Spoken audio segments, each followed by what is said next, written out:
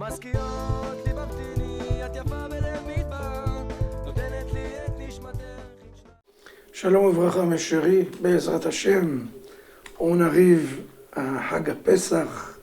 Ce Shabbat s'appelle dans la Torah, Parashat Tzav, Shabbat Hagadol. C'est quoi Shabbat Hagadol? Le grand Shabbat, l'ultime Shabbat, le fort, le puissant Shabbat. Et il faut quand même essayer de décoder pourquoi ils ont appelé ce Shabbat, le grand Shabbat, Shabbat Hagadol. Sachez qu'en Égypte, Akadosh Baruch Hu avait frappé les Égyptiens de 9 plaies. Et en fait, il manquait la dernière plaie, les premiers-nés. Et ces premiers-nés ont été chez Pharaon. Ils lui ont dit, écoute, toutes les plaies qu'Akadosh Baruch Hu a promis, eh bien, elles sont tombées sur nos têtes. Pourquoi tu veux continuer à faire le bête et l'imbécile?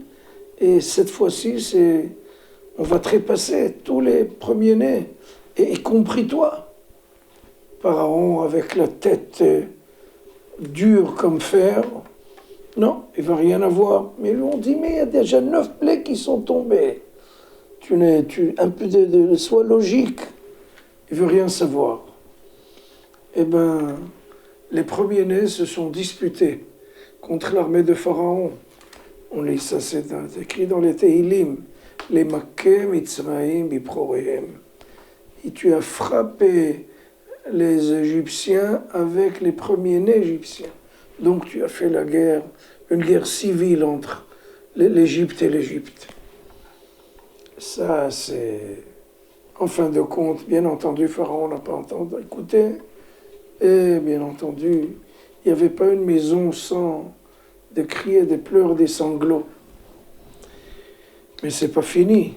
Akadosh Baruch Hu a demandé au peuple d'Israël de prendre un agneau, ce qu'on appelle l'agneau pascal, pour le sacrifier. Et tout d'abord l'attacher 3 jours au pied de notre lit. Il va commencer à bêler pendant 3 jours. Les Égyptiens vont poser des questions, c'est quoi ça? Et sachez que l'agneau, c'était l'idole. Et les Égyptiens, en fait, c'était leur idolâtrie. Et ils pensaient que cet agneau-là allait les sauver, allait les défendre, allait être leur ange gardien. Eh bien, ce même agneau, on l'a pris ce soir-là, où l'horoscope montrait que cet agneau était au summum de ses possibilités. Ce soir-là même, ils l'ont égorgé et ils l'ont mangé, et il était interdit de le cuire ou de le mettre dans des marmites. Il fallait le mettre sur un barbecue sans briser les os. Comme ça, on voit le squelette de l'agneau, c'est pas autre chose. C'est pas une dinde et c'est pas un poulet. C'est l'agneau sur lequel vous avez tellement mis vos promesses et vous étiez sûr qu'il allait vous défendre et vous garder. Ça n'a pas été. Donc, en fin de compte, c'est ça le grand miracle qui est arrivé, c'est-à-dire le Shabbat Hagadol, le grand Shabbat où ils ont en fait tué l'idole la plus importante d'Égypte.